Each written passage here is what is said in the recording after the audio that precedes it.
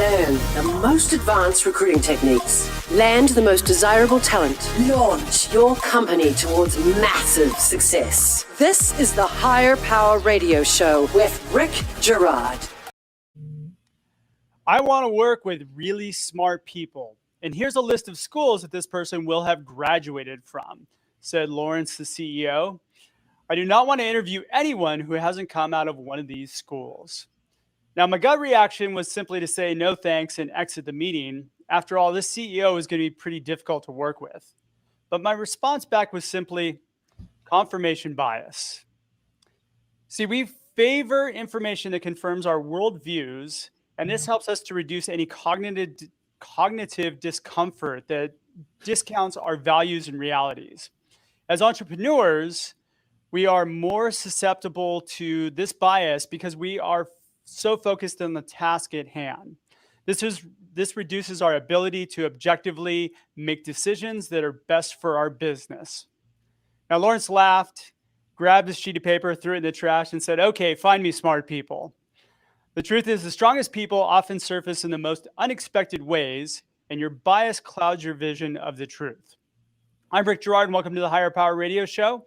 Our mission is to help entrepreneurs win hires. We share insights from top-performing rebel entrepreneurs, disruptors, and industry experts like our guest today, Mr. Bruce Marable. He is the co-founder and CEO of Employee Cycle, the all-in-one people dashboard. Bruce is a Philly-based serial tech startup founder. And when Bruce is not helping HR leaders better use data to make smarter workforce decisions, he's making music playlists on Spotify, taking care of himself at the boxing gym, or hunting for the best bread pudding around town, which is what makes Bruce the perfect expert for today's topic. Bruce, welcome to the Higher Power Radio Show. Thank you. By the way, that was such an official opening to the podcast. That was so official. I appreciate it. Where is the best bread pudding in town? All right. In Philly, there's a place called North Third. Shout out to North Third for making bread pudding that tastes like French toast. It's amazing. All right. Wow. Do you know of any places in California? Because there's never any good bread pudding out here. No. I mean, typically when I'm in Cali, I'm usually in San Francisco. No surprise there for the tech space. Yep. And I'm pretty sure I've had it there because it's my mission to hunt for the best bread pudding every place I go, whether it's for conferences or networking or meetings or customer invites. But I can't remember any good bread pudding in San Francisco. All right, good. Well, we'll have to go find one together one of these days. All right. So today we're going to be discussing why bias needs to be eliminated from your hiring process and how to deliver an unbiased, evidence-based interview. Sound like a plan? Sounds great. Let's do it.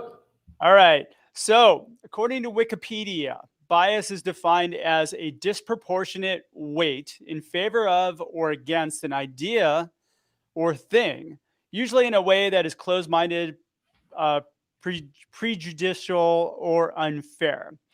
Now, it's true, we all have bias. It's important to eliminate it for one simple reason, and that's your company's success. Yep.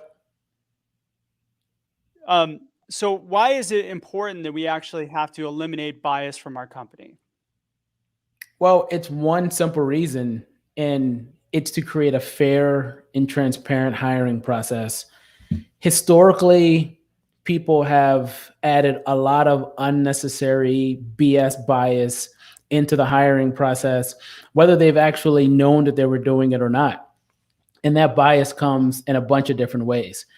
Asking employees different questions, having biased filled keywords and terms and job descriptions, and all of it at the surface needs to be removed so that you can hire a diverse, inclusive, and equitable workforce, because all the stats show that companies that have a diverse workforce actually succeed better, are more profitable, and are the leaders in their industry. You know, and this is really as simple as how you approach your interview. The fact of the matter is most companies approach an interview with somebody who's a referral much differently than somebody who's an applicant, right? The idea with referrals, they want to screen that person in because maybe somebody over in accounting knows them, they've worked with them before, so they automatically get some credibility versus an applicant who they frame it from the perspective of they want to screen that person out. And that's not only is it not fair, but it's not often the best thing for your company. And so taking that time to find out really benefits your company more than you would possibly imagine. Yeah, it's a huge issue. People tend to treat hiring like they treat dating. When you're dating, people say, "Oh, I would just love to be introduced by somebody that I know on my personal network because if that person knows someone that I like and respect and am close to, then hopefully by default of us sharing some common bond of liking this person that referred me to this person, then I might actually like them even more or they might be a better fit." But in the workplace, that's totally inaccurate because just because someone who works at the organization or someone that you know has referred a person to you as a potential candidate doesn't mean that they're a great candidate. Just No. because someone likes to go fishing and they know somebody else who they met while they were fishing and now they've become great fishing buddies doesn't qualify them to be the best person for your company. Like, who cares? Who gives a damn if they're great at fishing or they're fun to hang out on the boat in the middle of the lake? That doesn't mean that they're qualified or that they're a great fit or that they're even should be hired at your company to do any of the jobs just because they were referred by somebody who you think has a great way to adjust or figure out who are great people for your company. Yeah, and it's been proven over and over again that a more diverse culture, a more diverse company uh, affects the bottom line of the organization Yep. tremendously. I Yep. don't have the exact numbers right now, but I mean, I know it equates to quite a bit more revenue and higher productivity for the company. Right. And who doesn't want more revenue or more productivity? I mean, even just for those two things, why wouldn't you create a more diverse workforce to make more money and to get more work done? Yeah. So what other issues do you see that companies have as far as bias goes? How it affects them? Sure. So, in order to really figure out how companies are affected by bias, you really have to start from how are companies creating bias in the hiring process. And so, to go into some of those examples, as I mentioned earlier, part of bias in the hiring process is in the job description. So this is pretty well known, but for those who don't know, there are terms and keywords that you can put inside your job description that may sound like you're actually looking and filtering for the right candidate, but in all honesty, you're actually pushing people away. For instance, the best known example is using terms like must have 3 to 5 years of experience or must have done certain things in order for you to apply to this role. And studies have shown that because men, us, we're saying, oh, if the job says 10 years of experience and I only have one, I'm going to apply because stereotypically as a man, I'm overconfident in my abilities, even though I don't have the quality or the qualifications to work for this job. Whereas stereotypically and historically, women have been more accurate with their perceived abilities and really looking at the fine details of what the job description says. And so if the job description says you need 10 years, unfortunately, a woman might see that as, well, I've only had 9.9999 years, and so I'm not going to apply. So that's just one example of how you can unintentionally have some bias and eliminate certain candidates in your hiring process, even though you thought that that was the best place to do it. The truth is too that, quite frankly, when somebody looks at the must-haves in a job description, if it's you must have done exactly what we're looking for you to do, you're not going to want to do that job because Right, right, why would you right. have must-haves? I mean, you're better off putting out performance metrics on what needs to be achieved in your first 90 days, 6 months, a year that you're going to be within the organization. So at least you know what kind of work you're going to tackle, right? You have a roadmap. That's a great point. Yeah, that's a great point. Yeah, it should be aspirational. You've already done this, and now here are the things that we want you to grow into, because you also want this role to be challenging for the person. And that's such a great point. If more companies looked at it like that, then they definitely would be looking at people to grow into the role, because that creates value for both parties versus just saying, okay, if you've already done all these things, then come in and then you'll do more of that. That's just a waste of time. We'll have you do more of that for less money. Exactly. Exactly. Yeah. All right, so let's talk about biases, because I did some research on different types of biases. And what's interesting, you talk about overconfidence. That's actually a bias. Yeah. There's quite a few. So the first one, overconfidence, it's a subjective confidence in your ideas and your decisions, right? I think a lot of us suffer from that. I mentioned in the top of the show the confirmation bias, which is entrepreneurs are 100% subject to confirmation bias. We've learned things and we think our ideals are set. And what we're doing is we're kind of trying to take our pre-existing beliefs and devalue any contradictory information because we know what's best. I'm just going to run through these really quick. There's an illusion of control, which is the overestimate of your ability to control a situation or an outcome. So you're the CEO of a company, things are starting to go well. That's when you go into illusion of control bias, because now you're the king of the world, right? Anchoring and adjustment bias is kind of an interesting thing. Taking your past experience and using that to predict your plans for the future. That's a good one. Without actually bringing in outside ideas to challenge that. And then I'm just going to leave it with the last one, which is so me, which is optimism bias. And I think most entrepreneurs suffer from this. I'm going to get funding. I'm like right around the corner, just waiting for a check. Yeah. You see all the positive outcomes, but it's almost like delusional optimism, right? So how do these transfer though into the actual bias of the interview process, right? So we talked offline a little bit about, there's bias in disabilities, sexual orientation, ethnicities, ageism. Like these are real things. Yep. Right? These are real things that you really need to consciously look past, because it does your company no good. Yeah. So it's interesting that you brought up overconfidence bias. Study after study after study has shown that just because a person comes off as super confident doesn't mean they could do the job. And so I've seen that is translated into two different types of root cause biases from the overconfidence bias. One has been, again, not to pick on us guys, but it is what it is. Typically, men will go in super confident in the interview, whether you think you can do the job or not.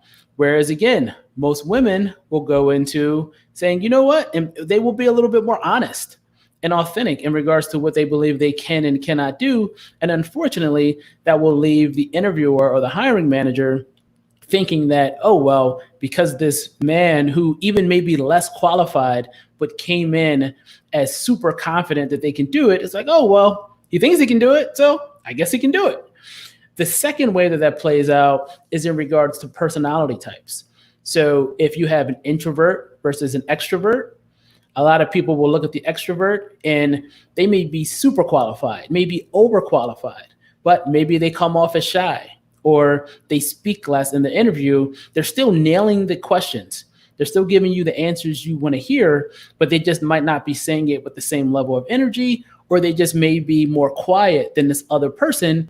And again, you may give the louder, more, person who is speaking more energetically the role, because this person just didn't seem like, again, they were as confident. So those are some of the things that you definitely should be looking out for during the interview and checking yourself as you're hearing people talk, as you're listening to people, as you're looking at people, especially when it comes to either gender bias, disability bias, bias against people of color or ethnicity, ageism, whatever it is. Make sure that you're checking yourself. And if you feel that you're going down this slippery slope of automatically assuming something or looking for this person to validate what you already believe about this person or these groups of people, then you should check yourself and say, oh, wait, hold on.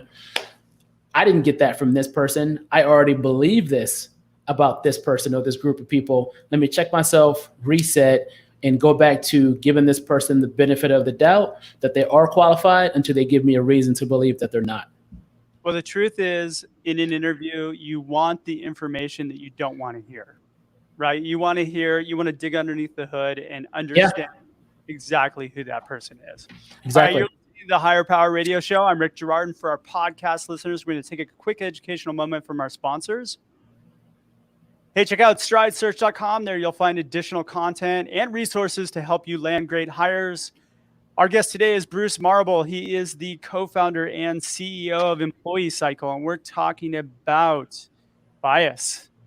Everybody's favorite subject today, right? Talking about bias. Much better than COVID, that's for sure. All right, so how do we solve this bias issue? Let's talk a little bit about what do I need to do as an entrepreneur for me to really get this this practice out of my head, or be aware of it first off? So it all comes down to self-awareness. And as an entrepreneur, you have to know when you're drinking too much of your own Kool-Aid. You have to know where your ego is getting in the way. And just as important as those other things, you have to know whether or not you're actually building the best culture and the best team possible. And in order to do that, studies have shown, research has shown that you need a diverse and inclusive and equitable workforce. So in order to be more self-aware, just again, when you're going out and you're looking to hire, don't just take the easy road. With customers, I think it's an inverse relationship or strategy when it comes to customers versus employees and hiring. Because on the customer standpoint, you wouldn't necessarily want to go out of your way to try to find customers that may be or perceived to be harder to find, because you want a diverse set of customers. You're going to try to get as many customers that look alike as quickly as possible, because that shows that you have product market fit and you're great in that specific industry or segment. But that's not the case from an employee or a hiring standpoint. You actually want to go, whether you call it out of your way or out of your network or out of your comfort zone, to be able to find people from diverse groups so that you can hire them and go and make sure that they don't just look like you, talk like you, stop with the BS. I want to work with somebody who I can grab a drink with, or if I was stuck in an elevator or stuck at an airport, all of that is totally bullshit. What you need to do is make sure that you're finding the most qualified person. And if you find people that don't look like the ideal person that you thought was going to fill that role, take that out of your brain, understand that you're feeling that way so that you're catching yourself, and don't beat yourself up about it. Just say, oh, you know what?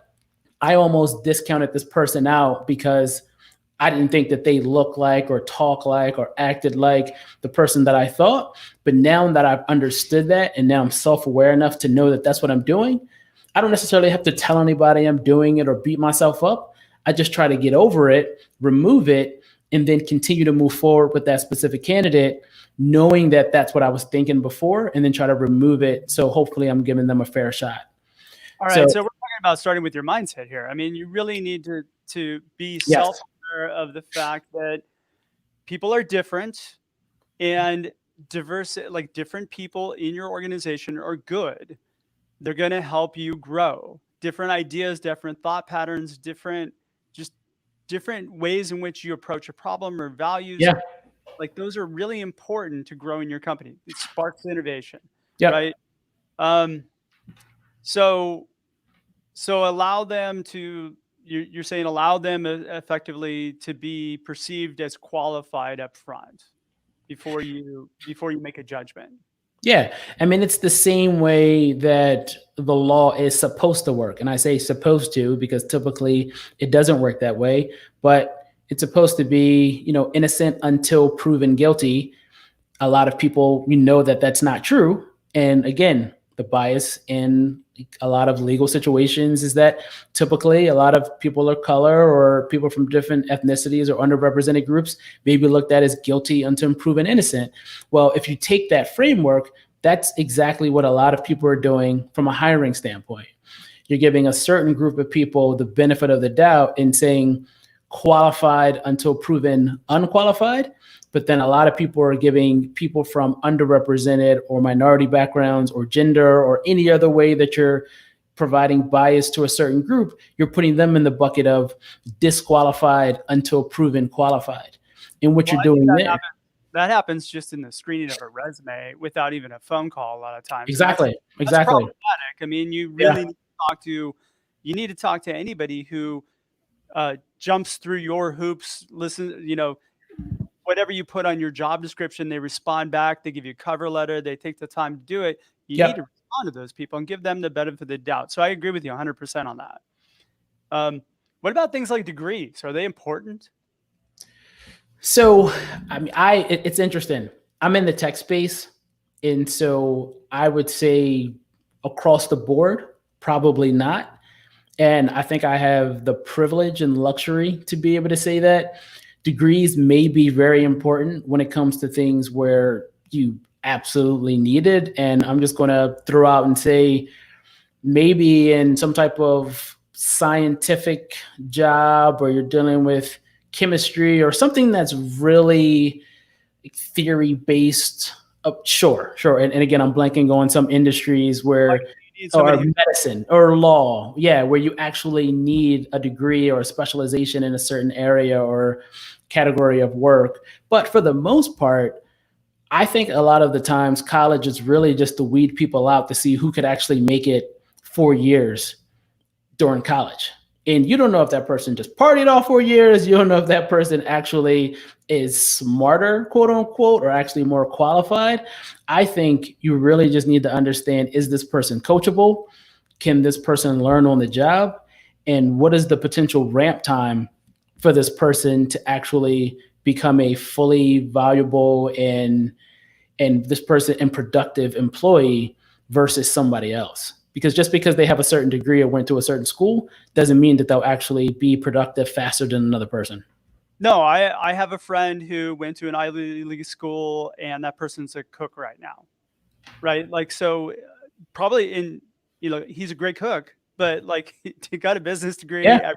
It's not anybody like, he was okay in school, but he didn't do great. So the assumption that somebody is going to do well at your company because they come out of either, your favorite college, or this is an even bigger mistake, out of a company that you really want to see people out. Like, I call them vanity hires.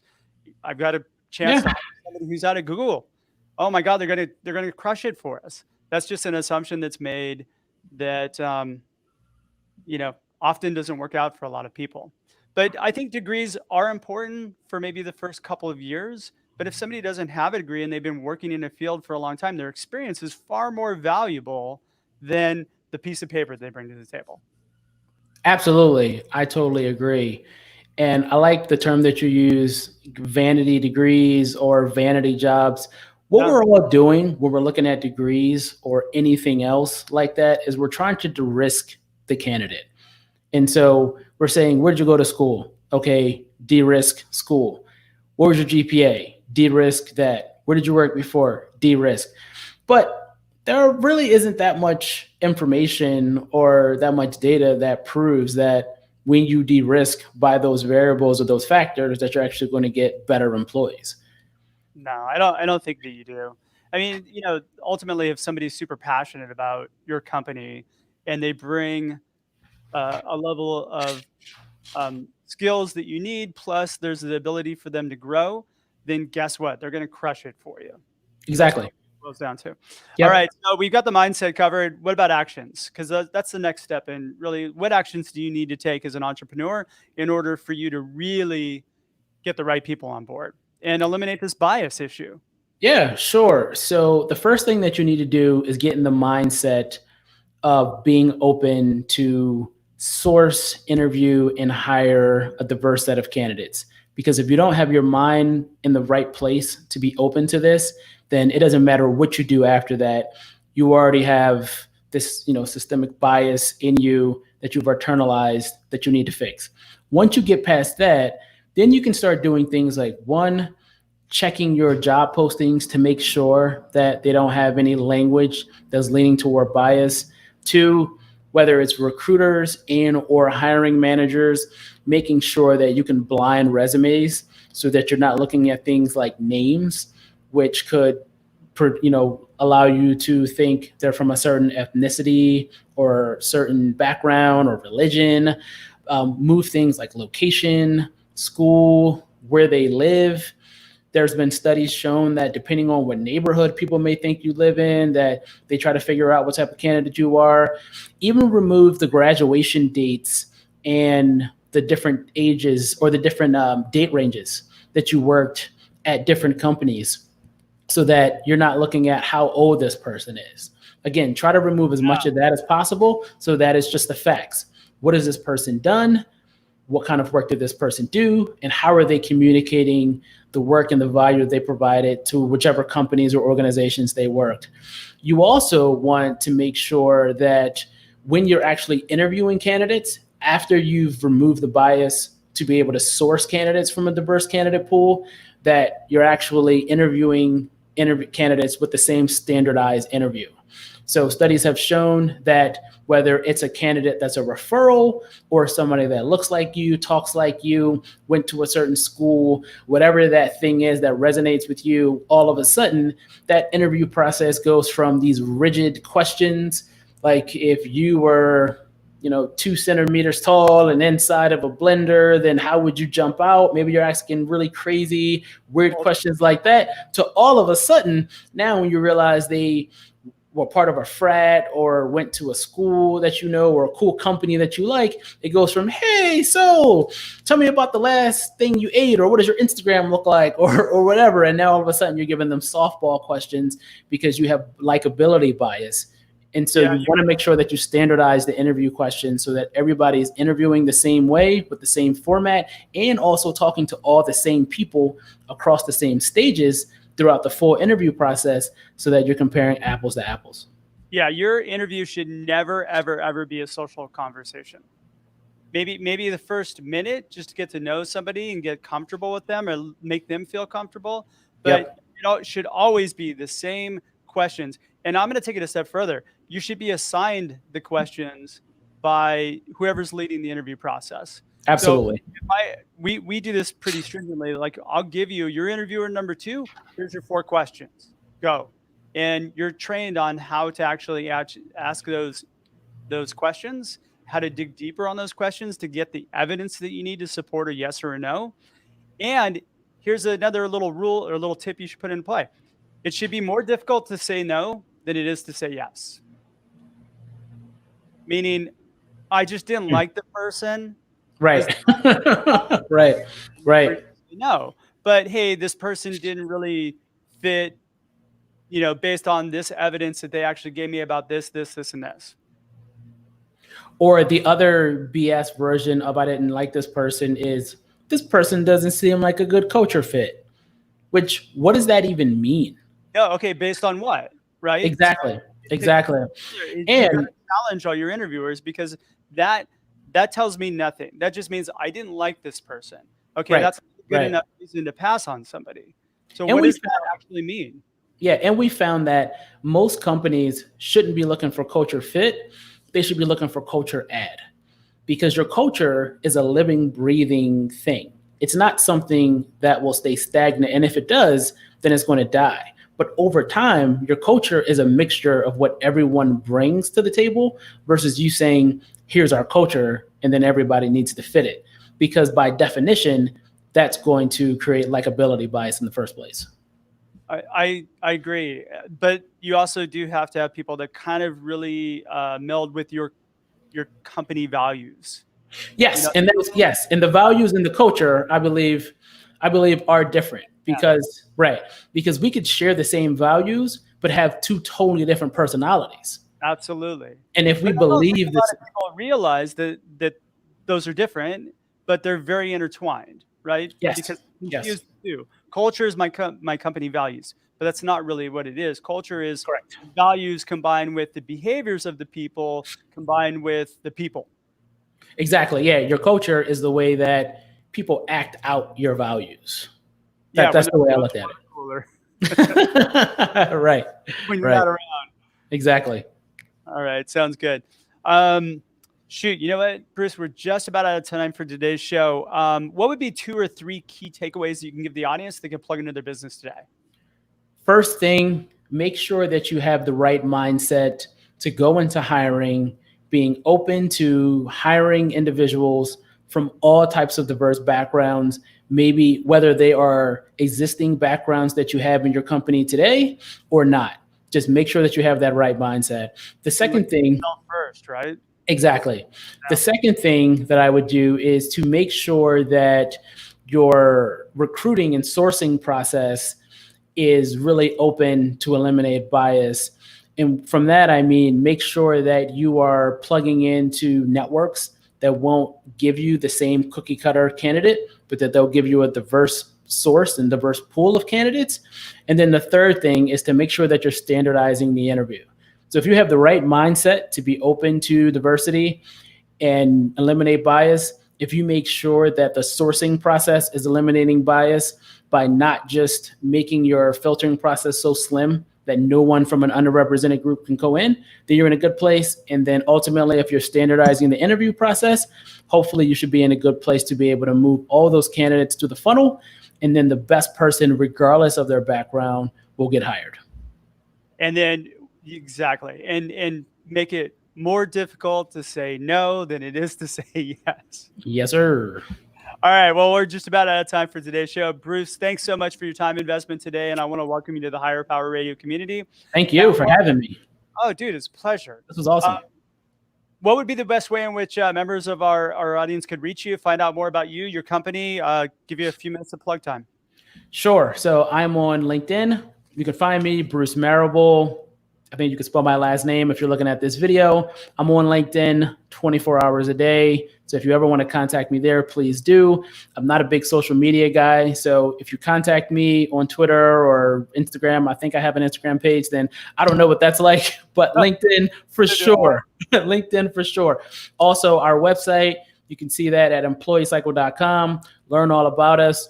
Please sign up for a free trial, connect your HR systems, and use our people dashboard to eliminate bias, understand more things about your hiring and recruiting process, and hopefully you can use the data in our dashboard to figure out whether or not you do have a bias-free hiring process. That's awesome. All right, I want to thank our listening audience for tuning into this week's episode of Higher Power. Quick thanks to our team, Christopher Decker, Andrea Ballin, and Ayla Gerard. If you're listening to the podcast, please subscribe, review, and share. We love your feedback after all the shows for you. And you can join the Higher Power Radio community at Higher, H-I-R-E, Power, P-O-W-E-R, radio, R-A-D-I-O.com, or drop me an email at ricketstridesearch.com. Tune in next Tuesday. Our guest is going to be Adam Gordon. Adam is the co-founder of PTO Genius. I'm your host, Rick Gerard, and you have been listening to the Higher Power Radio Show. Aloha. Woo! Learn the most advanced recruiting techniques. Land the most desirable talent. Launch your company towards massive success. This is the Higher Power Radio Show with Rick Gerard.